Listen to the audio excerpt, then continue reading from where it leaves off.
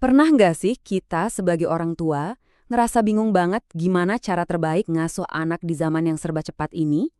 Nah, kali ini kita coba mundur sedikit, lihat lagi ke kearifan asli Indonesia, buat nemuin jawaban yang mungkin aja selama ini udah ada di depan mata kita.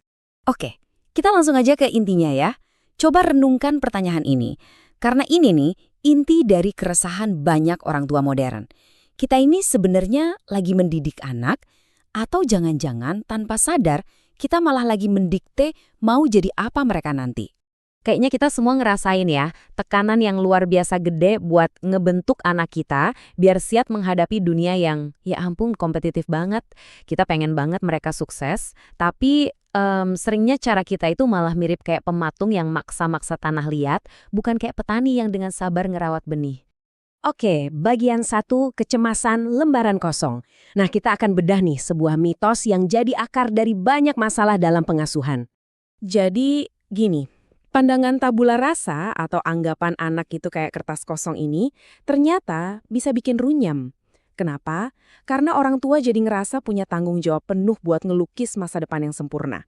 Hasilnya, sering banget kita maksa anak buat cepet-cepet bisa calistung, baca, tulis, hitung. Padahal ya, pendekatan paksa kayak gini tuh bukan cuma nggak efektif, tapi bisa banget bikin anak stres dan punya konflik batin yang ke bawah sampai gede. Nah, di tengah semua kecemasan itu, coba deh kita resapi kutipan dari Ki Hajar Dewantara ini. Bener-bener mengubah cara pandang loh. Beliau bilang, tugas kita itu bukan menggambar di kertas kosong, tapi merawat dan menuntun sesuatu yang sebetulnya udah ada di dalam diri si anak. Lanjut ke bagian 2. Paradigma baru, petani yang bijak. Terus, solusinya apa dong? Nah, Ki Hajar Dewantara ngajak kita ganti peran nih. Dari yang tadinya jadi pematung, sekarang kita belajar jadi petani. Jantung dari filosofi ini namanya sistem Among. Dan di sini ada satu hal yang krusial banget, yaitu bedanya kata menuntun sama menuntut.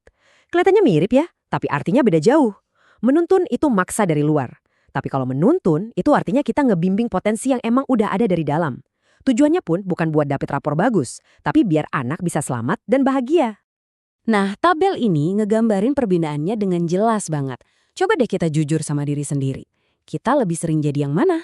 Si pemahat yang ngelihat anak kayak bahan mentah yang bisa dibentuk sesuka hati?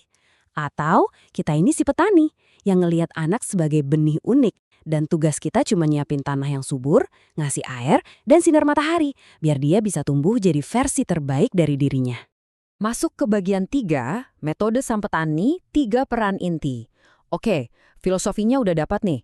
Sekarang pertanyaannya, gimana cara prakteknya? Nah, ada 3 peran kunci yang bisa langsung kita coba. Ini dia, trilogi kepemimpinan yang terkenal dari Ki Hajar Dewantara.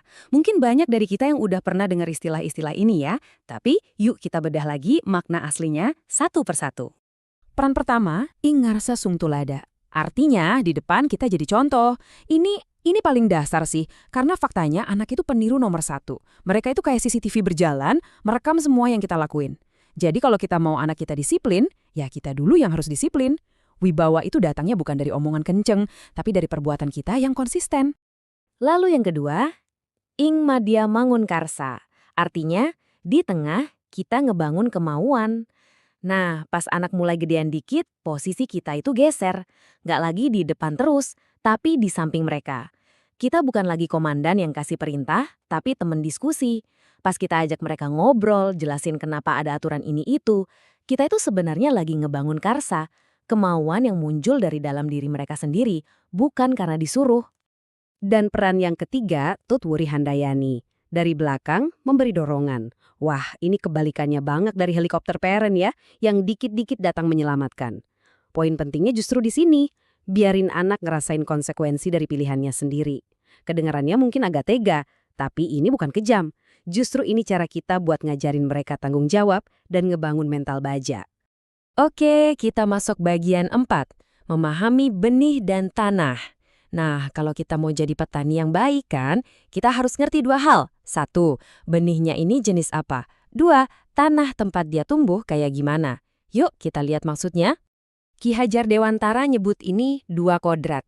Pertama, ada kodrat alam. Ini benihnya, sifat bawaan anak, keunikan yang dia bawa dari lahir. Yang kedua, ada kodrat zaman. Ini tanahnya. Maksudnya, ya zaman di mana anak itu tumbuh. Buat anak-anak kita sekarang, ya berarti era digital. Jadi, gimana cara kita memahami kodrat alam si anak? Pertama, kita harus yakin kalau setiap anak itu lahir udah bawa coretan-coretan samar bakat. Bukan kertas kosong ya. Tugas kita itu bukan bikin coretan baru, tapi nebelin coretan baik yang udah ada. Dan ini nih yang sering kita lupa. Bermain itu kodratnya anak-anak, itu cara mereka belajar. Kalau kita maksa mereka belajar kayak orang dewasa terlalu dini, itu sama aja kayak nyuruh ikan buat terbang, yang nggak bakal bisa. Terus, soal kodrat zaman. Ini juga penting banget. Kita nggak bisa dong ngedidik anak sekarang pakai cara-cara zaman bahela. Kita harus siapin mereka buat dunia yang serba digital, yang perubahannya cepat banget. Peran kita di sini adalah jadi semacam jembatan. Jembatan yang nyambungin nilai-nilai luhur yang nggak lekang oleh waktu dengan skill-skill modern yang mereka butuhin buat bertahan dan berkembang. Dan sekarang kita sampai di bagian 5. Panen sejati budi pekerti. Oke, setelah semua usaha tadi, jadi apa sih hasil panen yang sebenarnya kita harapkan? Apa tujuan akhirnya? Saya kasih bocoran ya, jawabannya bukan sekedar deretan angka bagus di rapor. Jawabannya adalah budi pekerti. Dan ini bukan cuma soal sopan santun ya, maknanya jauh lebih dalam dari itu. Budi pekerti itu adalah ketika 3 hal ini nyatu dengan harmonis. Pikiran atau cipta, perasaan atau rasa, dan kemauan atau karsa.